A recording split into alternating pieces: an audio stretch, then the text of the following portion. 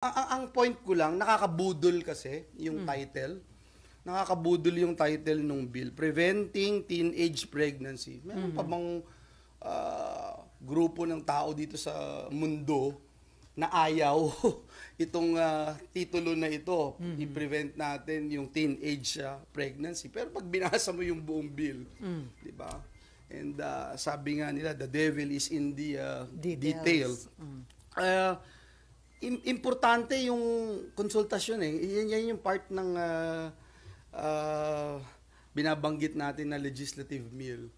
And nagugulat tayo doon sa magnitude of concerned citizens, concerned mothers, concerned schools, private schools, public schools, teachers. I can give you all the letters that I received from this measure, no? Nakaka-gimbal yung mga concerns, valid concerns ng iba't ibang grupo na ito ay radical, ito ay inappropriate at damaging to children yung mga provision. Kasi nakakapangamba po, no?